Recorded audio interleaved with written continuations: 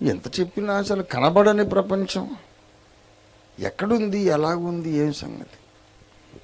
ఇవాళ ఒక విషయం మాత్రం మీ దృష్టికి తెచ్చి ముగించేస్తాను. ఈ భూమి మీద ఉన్న మనకు కొన్ని కారణాల చేత కనిపించని లోకాలు ఉన్నవి. అవి భౌతికంగా ఇప్పుడు ఇక్కడి నుంచి బొంబాయి కనిపించదు, కనబడుతుందా మీకు?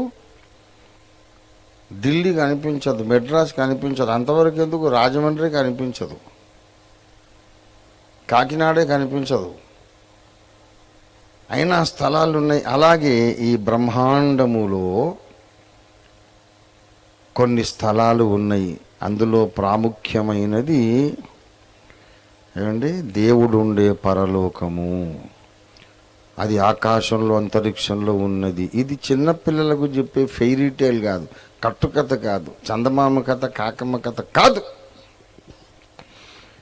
ఇది మనకు నిరూపించడానికి దేవుడు మానవ చరిత్రలో కొన్ని అద్భుతమైన పనులు చేశాడు. మొట్టమొదట ఏం చేశాడంటే, హనోకు అనే ఒక ఆయన సృష్టికర్త యొక్క భక్తుడు.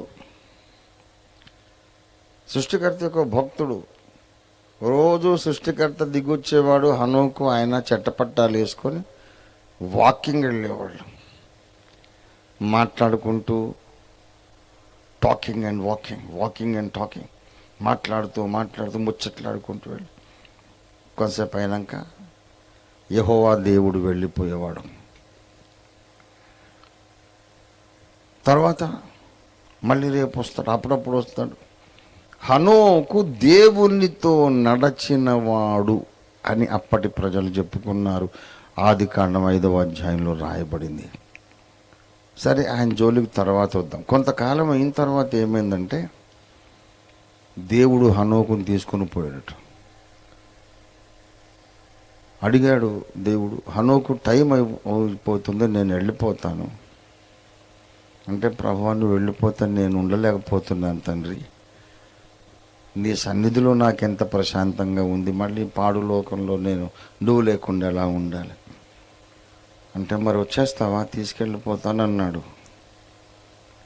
వచ్చేస్తాను తండ్రి, ఇంటికెళ్ళి భార్యకి పిల్లలకి చెప్పొస్తావా అంటే, అదొక టైం వేస్ట్ ఎందుకు ప్రభువా, వెళ్ళిపోదాం ప్రభు అంటే, సరే ఆయన చేయబట్టుకుని వెళ్ళిపోయాడు. ఊర్లో వాళ్ళందరూ చెప్పుకున్నారు, సడన్గా హనోకు కనిపించడం లేదేంటి? ఆయన ప్రతిరోజు దేవునితో నడుస్తూ వాకింగ్ వెళ్ళడం ఆ ఊరు ప్రజలందరూ చూశారు.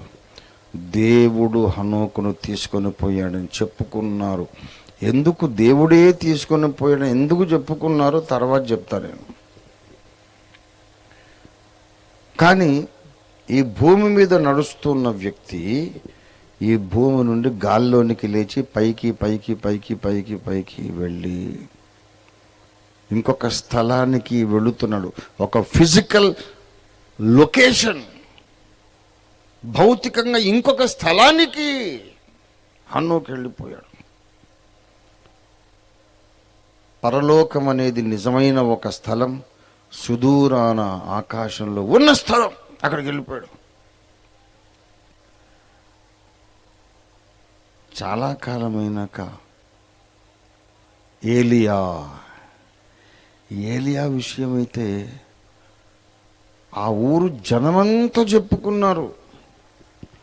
ఏలియాను యెహోవా దేవుడు పరమునకు ఆరోహణము చేయిస్తాడట, పరలోకానికి వెళతాడు. మనం ఏమనుకుంటామంటే, సర్వసాధారణంగా మనిషి మరణించిన తరువాత ఈ దేహముతో వెళ్ళలేము గనుక శరీరం మట్టికి మన్నైపోయినాక ఆత్మ మాత్రమే వెళుతుంది అని అనుకుంటాం.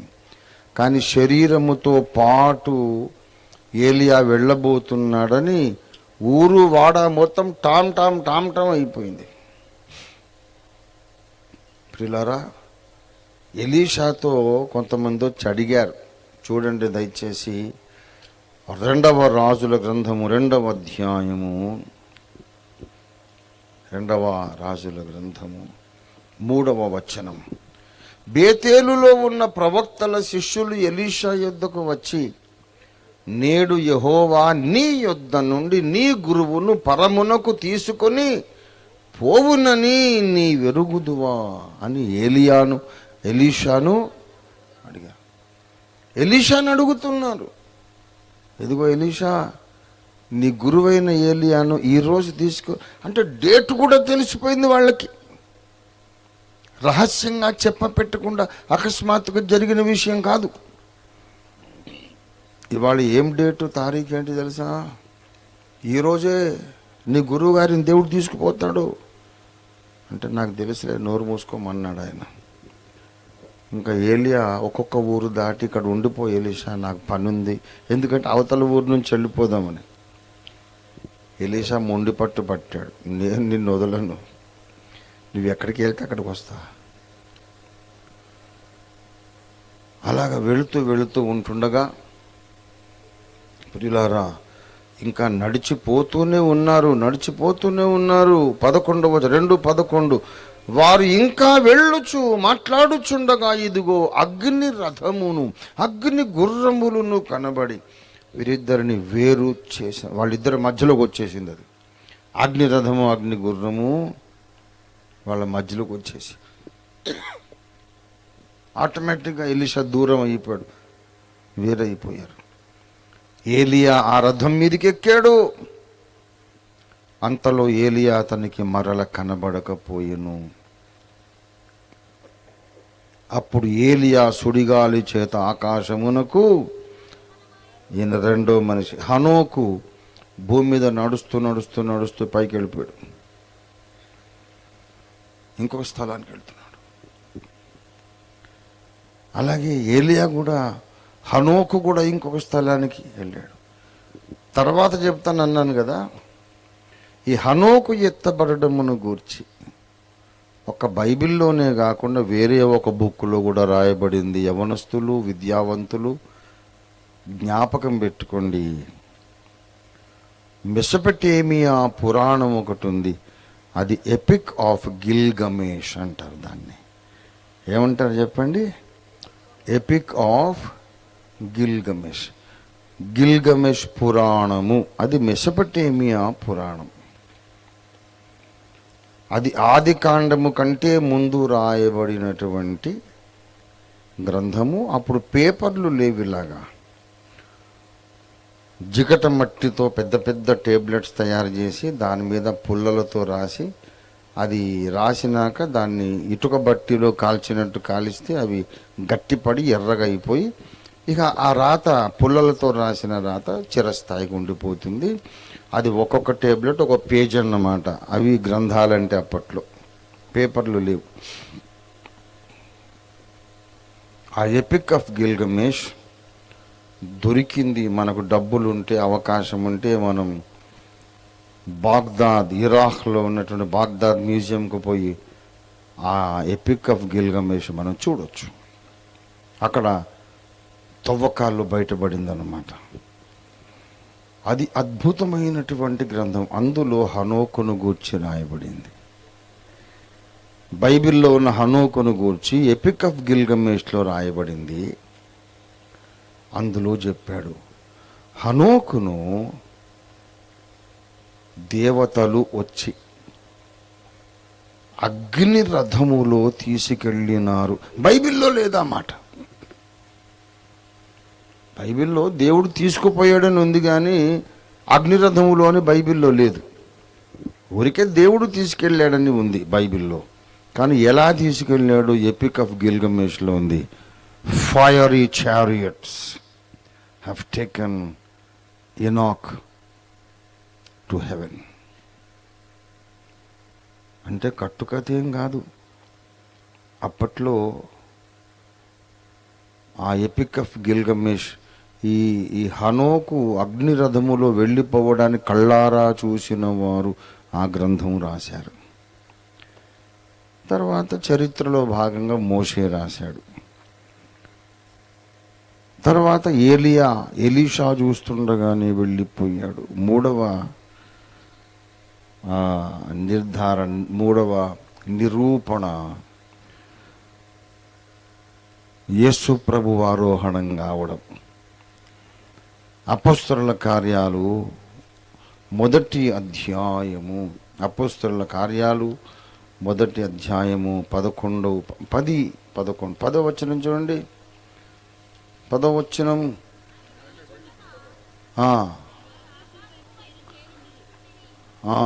కొంచెం 10 ఆయన వెళ్ళుచుండగా వారు ఆకాశం వైపు చూసారా?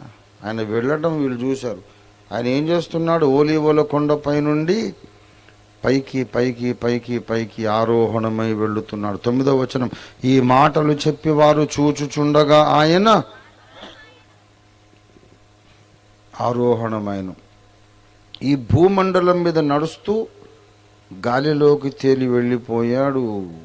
హనోకు అగ్ని రథములో. ఏలియా కూడా నడుస్తూ నడుస్తూ నడుస్తూ అగ్ని రథములో వెళ్ళిపోయాడు.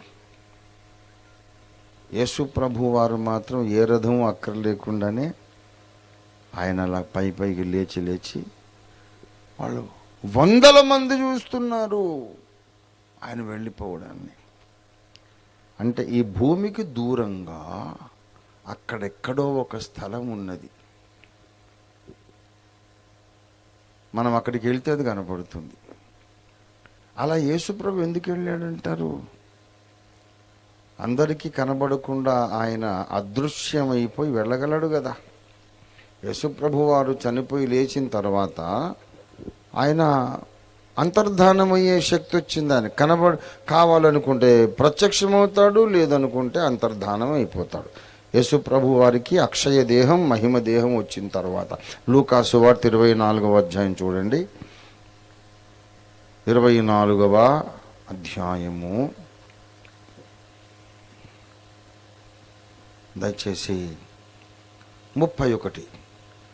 వారి కన్నులు తెరవబడి ఆయనను గుర్తుపట్టిరి. అంతటా ఆయన వారికి అదృశ్యుడు. ఆయన అంటే ఇలా ఉన్నట్టుండి అదృశ్యం అయిపోయే శక్తి వచ్చేసింది యేసయ్యకు కదా.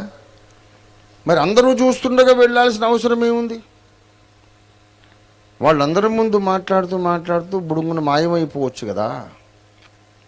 చూస్తుండగానే అలా పైకి ఎందుకు వెళ్ళాడు అంటే, అక్కడ ఇంకొక స్థలం ఉన్నదిరా బాబు, గుర్తుపట్టండి, జ్ఞాపకం పెట్టుకోండి, నమ్మండి.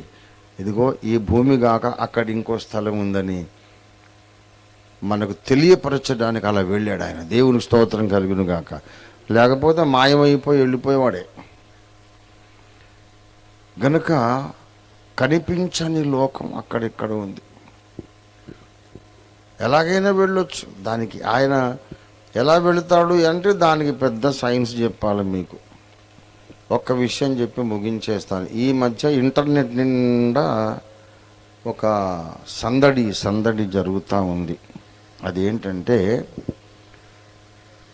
క్వాంటమ్ మెకానిక్స్, క్వాంటమ్ ఫిజిక్స్ ప్రకారం క్వాంటమ్ టెలిపోర్టేషన్ చేస్తున్నాము మనిషిని. అంటే ఇప్పుడు ఇక్కడి నుంచి ఎయిర్పోర్ట్కి వెళ్ళాలి, అక్కడ విమానం టికెట్ కొనుక్కొని విమానంలో ఎక్కి మళ్ళీ అమెరికాలో దిగాలి. ఇంత 24 గంటలు 36 గంటల జర్నీ.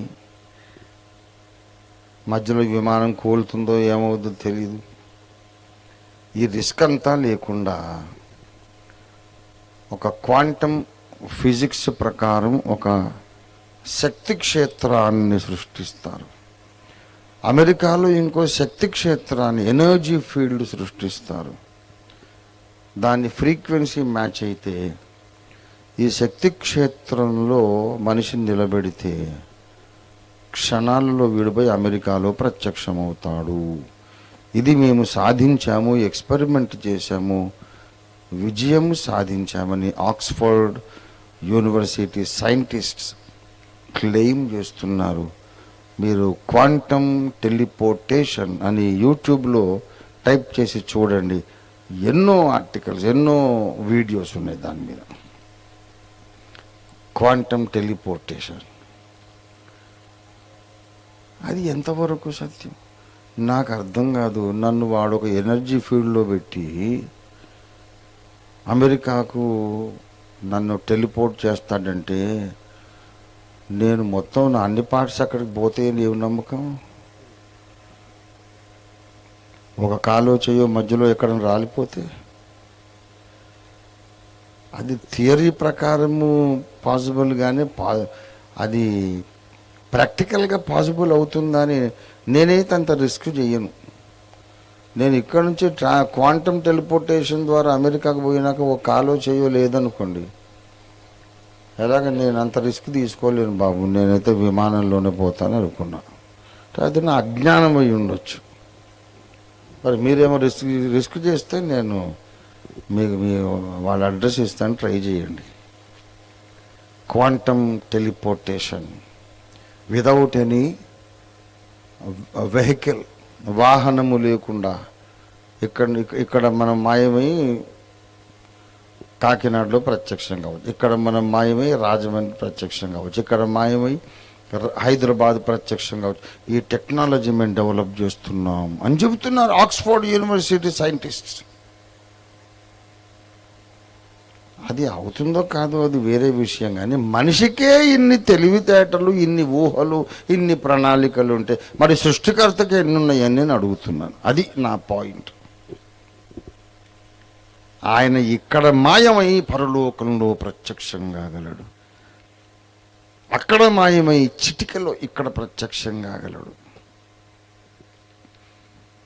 అలాంటి అవకాశం ఆయనకు ఉండి కూడా ఆయన అందరూ చూస్తుండగా ఇలాగ లేచి వెళ్ళిపోయాడు. ఎందుకంటే తెలుసుకోండిరా, అక్కడ ఇంకొక స్థలం ఉన్నది, దేవునికి స్తోత్రం కలుగునుగాక, హల్లెలూయా. దాన్నే మనం పరలోకం అంటాము. ఒక పరలోకమే కాదు, ఇంకా చాలా స్థలాలు ఉన్నాయి. 148వ కీర్తనలో ఆకాశవాసులారా మీరు యెహోవాను సన్నుతించండి, తర్వాత ఉన్నత స్థలముల నివాసులారా. ఉన్నత స్థలములు చాలా ఉన్నాయి. దేవునికి స్తోత్రం కలుగునుగాక, హల్లెలూయా హల్లెలూయా. అంటే ఉన్నత లోకము, ఉన్నత స్థలములు ఎన్నెన్నో ఉన్నాయి. కొన్ని కోట్ల లోకాలు ఉన్నాయి. ఇప్పుడు చెప్తున్నారు అసలు మానవ జాతి ఎట్లా డెవలప్ అయిందంటే, అనునాకి అనే అదొక సిద్ధాంతం. ఏదో నివురునో ఏదో ఒక గ్రహం ఉండేదట. అక్కడి నుంచి అనునాకి అనే ఒక గ్రహాంతర జీవులు వచ్చారట. వాళ్ళ దేశం, వాళ్ళ లోకం సర్వైవ్ కావాలంటే గోల్డ్ అవసరం వచ్చిందట. ఆ గోల్డ్ భూమి మీద ఎక్కువ ఉన్నదని వచ్చారు. వచ్చిన తర్వాత మైనింగ్ చేయాలి, బంగారాన్ని తవ్వి తీయడానికి, మైనింగ్ చేయడానికి వాళ్ళకి అవసరమై ఇక్కడ ఉన్నటువంటి సగం కోతులు ఏవైతే ఉన్నాయో వాటిని జెనెటిక్ ఇంజనీరింగ్ చేసి మనుషులుగా, సంపూర్ణ మానవులుగా వాళ్ళు తయారు చేశారు. అనునాకి అనేవాళ్ళు చాలా జైంట్స్, వాళ్ళు ఉన్నత దేహులు. వాళ్ళ బానిసలుగా ఈ మైనింగ్ వర్క్ చేయడానికి మానవుల జాతిని వాళ్ళు సృష్టించినారు అని ఒక సిద్ధాంతం ఉంది. నేను అది నమ్మడం లేదు. కానీ ఒక ఆసక్తికరమైన విషయం ఏంటంటే, మానవ జాతి నిర్మాణం బయట నుండి వచ్చిన ఎవరో చేశారని అయితే వాళ్ళు ఒప్పుకుంటున్నారు. ఆ బయట నుంచి వచ్చినోడు దేవుడై ఉండొచ్చు కదా, కాదని ఎలా చెప్తావు? అనునాకి అని సొల్లు సోది చెప్తున్నావు. డైరెక్ట్గా బైబిల్ చెప్తుంది, అరే పిచ్చోడా, దేవుడైన యెహోవా నేల మంటితో నరుని నిర్మించి వారి నాసికారంధ్రముల్లో జీవవాయువును ఊదగా నరుడు జీవాత్మ. మానవ జాతి నిర్మాణం అక్కడెక్కడ నుండో వచ్చిన ఒక వ్యక్తి ద్వారా జరిగింది. ఆయన పేరు యెహోవా దేవుడు. దేవుడికి స్తోత్రం కలుగును గాక. ఆయన ఎక్కడి నుంచి వచ్చాడో అక్కడికి హనోక్ వెళ్ళాడు, అక్కడికి ఏలియా వెళ్ళాడు, అక్కడికి నజరీయుడైన యేసు కూడా అవతారము చాలించి వెళ్ళాడు. అక్కడ నుండి చాలామంది దేవదూతలు వచ్చారు. ఆ లోకం నిజంగా ఉంది. దేవునికి స్తోత్రం కలుగును గాక. కనుక ఇప్పుడు అదృశ్యము అంటే ఇప్పుడు మనమున్న పరిస్థితిని బట్టి అదృశ్యం, కానీ అదృశ్యమైన దానిని మనము నిదానించి చూచి దేవుని చిత్తము నెరవేరుస్తూ దేవభక్తి సాధన చేస్తూ ఉంటే ఆ కనిపించని లోకం త్వరలోనే మన కళ్ళకు కనిపిస్తుంది. అక్కడ మనం నివసించబోతున్నాం యుగ యుగాలు. దేవునికి స్తోత్రం కలుగును గాక. పరలోకము నా దేశము, పరదేశీ నేనిలా మాయాలోకమేగా, నేను యాత్రికుడను. పరలోకము నా దేశము, పరదేశీ నేనిలా మాయాలోకమేగా, నేను యాత్రికుడను. ఎంతో అందమైనది లోకము, అసమానమైనది నా దేశము. ఎంతో అందమైనది పరలోకము, అసమానమైనది నా. ఎల్లప్పుడూ విశ్వాసముతో యాత్రను సాగింతును, ఎల్లప్పుడూ విశ్వాసముతో యాత్రను సాగింతును. పరలోకము నా దేశము, పరదేశీ నేనిలా మాయలోకమేగా, నేను పరలోకము నా దేశము. పరలోకం అంటే ఏంటి? అక్కడ ఏమీ లేదనుకోండి. మరి ఇప్పుడు ఇక్కడి నుంచి లేచి అగ్నిరథముల మీద హనోకి వెళ్ళిపోయాడని గిల్గమేష్ పురాణం రాశాడు. ఎక్కడికి పోయాడు ఆయన? ఏలియా అగ్నిరథముల గుర్రముల మీద వెళ్ళిపోయాడు. ఎక్కడికి వెళ్ళాడు? ఏమి లేదా అక్కడ? పిచ్చి నాకు కాదురా, నీకు పట్టింది. అక్కడ ఒక లోకం ఉంది, అక్కడికి హనోకి వెళ్ళాడు, ఏలియా వెళ్ళాడు. యేసు రెండవసారి వచ్చినప్పుడు మనమును అక్కడికి కొనిపోబడుదుము. దేవునికి స్తోత్రం కలుగును గాక. హల్లెలూయా. మొదటి తెస్సలోనిక పత్రిక 4వ అధ్యాయం 16వ వచనం. ఆర్భాటముతోను ప్రధాన దూత శబ్దముతోను దేవుని బూరతోను పరలోకము నుండి ప్రభువు దిగివచ్చును. క్రీస్తునందుండి మృతులైన వారు మొదట లేస్తారు. అబ్బబ్బబ్బా, ఆ మీదట సజీవులమై ఉండే మనం వారితో కూడా ఏకముగా ప్రభువుని ఎదుర్కోవడానికి ఎలాగెళ్ళిపోతాం? ఆకాశ మండలమునకు మేఘముల మీద. దేవునికి స్తోత్రం కలుగునుగాక. హల్లెలూయా. ఒలివల కొండ మీద నుండి యేసయ్య ఎలాగెళ్ళాడు? మేఘం మీద. మనం ఎలాగెళ్తాం బాబు? అది రియల్ వెహికల్ బాబు. ఇశ్రాయేలును అరణ్యములో నడిపించిన మేఘం మన కోసం దిగొచ్చేస్తుంది. ఆ మేఘం మీద ఎక్కుతాం, రవ్వున వెళ్ళిపోతుంది. వీళ్ళకి ఏం తెలిసావదు. బైబిల్ అబద్ధం, అది అబద్ధం, ప్రతోడు పండితుడు అని మాట్లాడతాడు. ఇంటర్నెట్లో చూడండి, రోజు ఒక కొత్త వార్త వస్తుంది. భూమి లాంటి కొత్త గ్రహము, జీవరాశి ఉండడానికి అవకాశం ఉన్న కొత్త గ్రహమును శాస్త్రవేత్తలు అతి దగ్గరలో కనిపెట్టారు. 20 కాంతి సంవత్సరాలు అని వచ్చింది ఒకటి, షార్టెస్ట్ డిస్టెన్స్. మరి మొన్నటిదాకా ఏమి లేదన్నారు కదరా. మరి మానవుని జ్ఞానమంతా అసంపూర్ణము, చాలా పరిమితము. దేవుడు చెబుతున్నాడు, భూమిని ఆయన నరులకిచ్చాడు, ఆకాశములు యెహోవా వశం. అక్కడ ఉన్నత స్థలములున్నవి, అక్కడ నివాసులు ఉన్నారు. అక్కడ నుండి ఈ భూమి మీదకి ఎన్నోసార్లు జనం వచ్చారు, వెళ్ళారు. మనం పాపం చేశాం గనక అక్కడ నుంచి మనల్ని కట్ ఆఫ్ చేశాడు. అందుకే మనకు అవి కనబడవు, మనం వెళ్ళలేం. మనుషులందరూ అక్కడికి వెళ్ళడానికి దేవుడు అవకాశం ఇస్తే, ఒకటేళ్ళు అక్కడ కళ్ళు కాంపౌండ్ ఓపెన్ చేస్తాడు, బ్రాంతి కొట్టు ఓపెన్ చేస్తాడు, పాపం చేసే కొంప ఓపెన్ చేస్తాడు.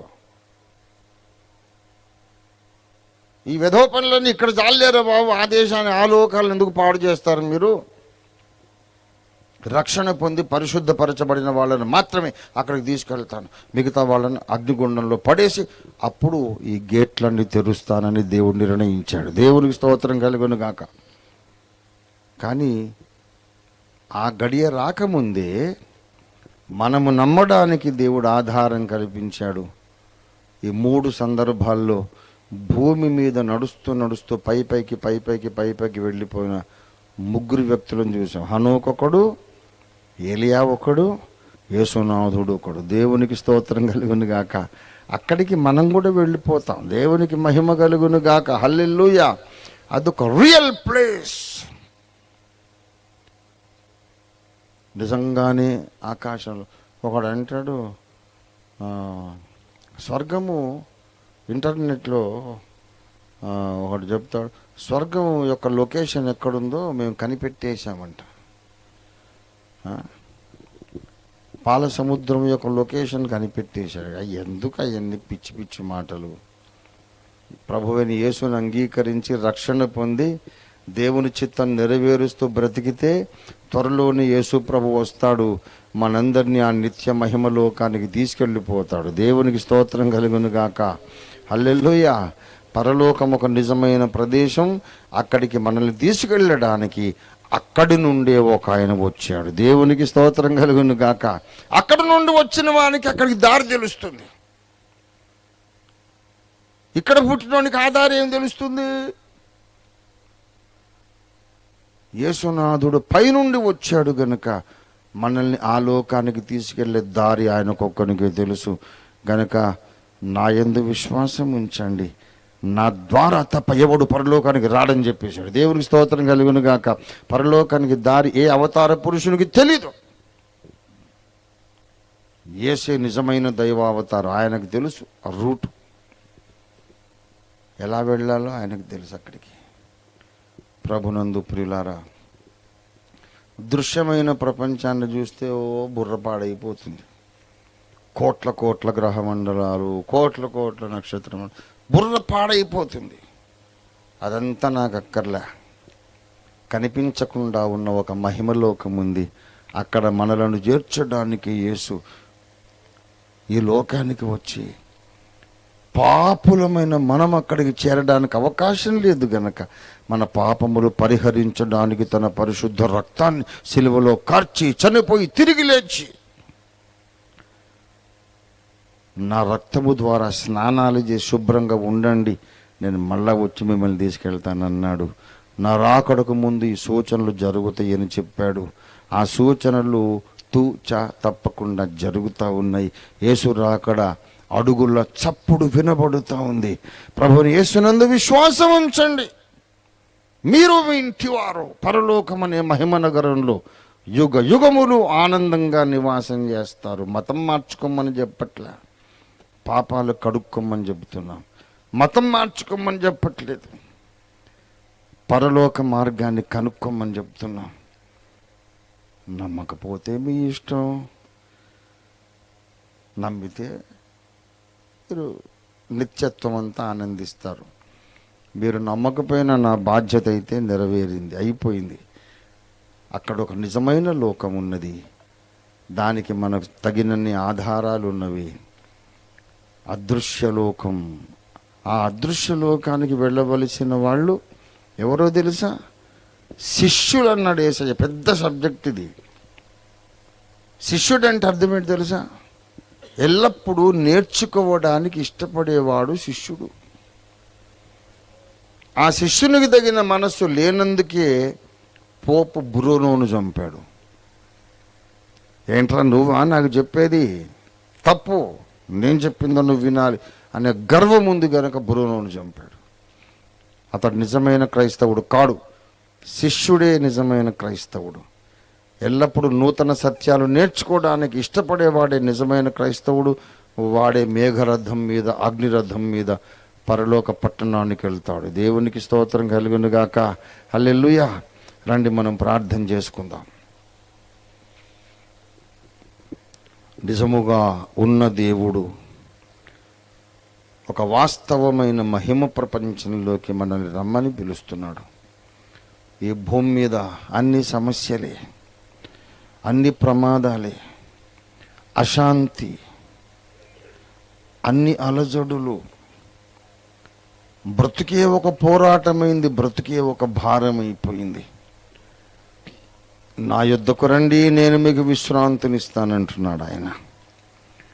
ఈ పాడు లోకం, ఈ కాలుష్యం ఉన్న లోకం, ఈ మూర్ఖ ప్రపంచం, ద్వేషము, అసూయ, నేరము, భక్తిహీనత, పాపము, అపవిత్రత నిండిన ఈ లోకంలో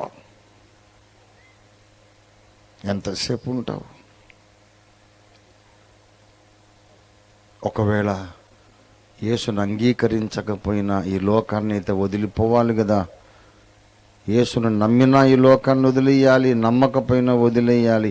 యేసు లేకుండా ఈ లోకాన్ని వదిలేస్తే అగ్నిగుండమే నీ గమ్యము. అగ్నిగుండమే, నిత్యాగ్ని శిక్ష నీ గమ్యం. కానీ యేసునందు విశ్వాసం ఉంచి నీ పాపాలు పరిహారం చేసుకొని ఈ లోకాన్ని వదిలేస్తే హనోకు వెళ్ళిన చోటికి, ఏలియా వెళ్ళిన చోటికి నీవు వెళతావు. నీకోసం ఆ స్థలంలో దేవుడు ఒక మంచి స్థలము సిద్ధపరిచాడు. యేసయ్యా, నా కొరకు నీవు కట్టిన మహిమ నివాసములో నేనుండటానికి నన్ను సిద్ధపరచు ప్రభువా అని 2 చేతులెత్తి మనం ప్రార్థన చేద్దాం. హల్లెలూయా, హల్లెలూయా. నన్ను సిద్ధపరచు తండ్రి, నా కుటుంబ సభ్యులను సిద్ధపరచు, నా బంధుమిత్ర వర్గాన్ని సిద్ధపరచు. ఎవరు నశించడం నీకు ఇష్టము లేదు కదా ప్రభువా. నా ద్వారా సాధ్యమైనంత ఎక్కువ మంది పరలోక రాజ్యానికి రావడానికి నన్ను వాడుకో తండ్రి అని ప్రార్థన చేయండి. అనేక మందిని పరలోక రాజ్యానికి చేర్చడానికి మనం సువార్త ప్రకటిస్తున్నాం. అమెరికా వాడేవాడు మనకు డబ్బులు ఇవ్వడం లేదు, కేవలం మనుషులను అగ్నిగుండము నుండి తప్పించడానికి మనం సువార్త ప్రకటిస్తున్నాం.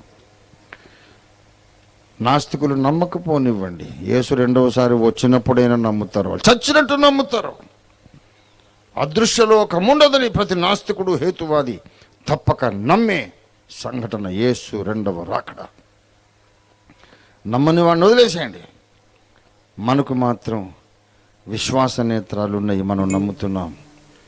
యేసయ్యా, నీవున్న చోట నేను ఉండడానికి నన్ను సిద్ధపరచుమని ప్రార్థన చేద్దాం, ప్రార్థన చేద్దాం, ప్రార్థన చేద్దాం, ప్రార్థన చేద్దాం, ప్రార్థన చేద్దాం. హల్లెలూయా, హల్లెలూయా. దూతలు పాడుచుందురు పరమందునా, దివారాత్రములందు పాడుచుందురు.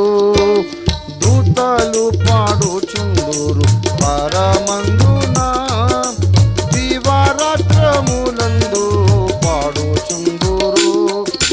పావనుని చూచి నేను హర్షింతును నిత్యము, పావనుని చూచి నేను హర్షింతును నిత్యము. పరలోకము నా దేశము, పరదేశినే నీలా మాయలోకమిగా నేను యాత్రికుడను. పరలోకము నా దేశము, పరదేశినే నీలా మాయలోకమిగా నేను. ప్రేమ కలిగిన మా మహాపరిశుద్ధ తండ్రి, ఉన్నత లోకమందు అత్యున్నత సింహాసనాసీనుడవాయి యెహోవా పరిశుద్ధుడు, పరిశుద్ధుడు, పరిశుద్ధుడిని రాత్రిమగళ్ళు మహాదూతల చేత కొలవబడుచు పొగడబడుచున్న మహాదేవ, మమ్మల్ని కూడా నరకాగ్ని నుండి తప్పించటానికి నరుడువై నజరేయుడైన యేసువై భూమి మీదికి వచ్చినందుకు నీకు వందనాలు. మా కొరకు చనిపోయి తిరిగి లేచి అదృశ్యుడవు కాగలిగిన శక్తి నీకు ఉన్నప్పటికీ కూడా అందరికీ కనబడుతూ పైకి వెళ్ళిపోయావు. అక్కడొక స్థలం ఉన్నదని మాకు చూపించావు, నీకు వందనాలు. పైకి వెళ్ళి ఏ స్థలంలో నువ్వు వెళ్ళావో ఆ స్థలంలో మమ్మల్ని చేర్చడానికి మళ్ళీ రాబోతున్నావు కనుక నీకు వందనాలు. మేమందరం సిద్ధపడడానికి సహాయం చేయండి. ఈ వాక్యం వింటున్న వారు రక్షణ పొందిన వారు రక్షణ పొందడానికి సహాయం చేయండి. అంతటా అందరూ మారు మనసు పొందడానికి సహాయం చేయండి. రక్షణ పొందిన వారు భక్తి జీవితాన్ని సీరియస్గా తీసుకొని దేవభక్తి సాధన చేయడానికి సహాయం చేయండి. దృశ్యమైన వాటిని పట్టించుకోకుండా అదృశ్యమైన వాటి మీద మనసు లగ్నము చేసి దేవభక్తి సాధన చేసి పరలోక రాజ్యంలో ప్రవేశించడమే కాదు, అక్కడ సింహాసనంపై కూడా ఎక్కడానికి యోగ్యులగుటకు ప్రతి ఒక్కరిని ఆశీర్వదించమని ఈ సభలు నిర్వహించిన ప్రియ కుమారుడు నాయన ప్రదీప్ని, తన తల్లిగారిని, వారి చిన్న మంద సంఘమును ఆశీర్వదించమని యేసు పరిశుద్ధ నామములో స్తుతించి ప్రార్థిస్తున్నాము తండ్రి. మన తండ్రి అయిన దేవాది దేవుని శాశ్వత ప్రేమయు సర్వ జగద్రక్షకుడైన యేసునాథుని అనంత కృపయు పరిశుద్ధాత్మ దేవునితో దివ్య మనోహర సహవాసమును చేరువచ్చిన మనకందరికీ భూలోకమందున్న సకల భక్త కోటికి, ప్రత్యేకంగా అవిడిలో ఉన్నటువంటి అగాపే సంపూర్ణ సువార్త సంఘానికి, కాపరికి, సభ్యులకు సదాకాలం తోడై ఉండునుగాక.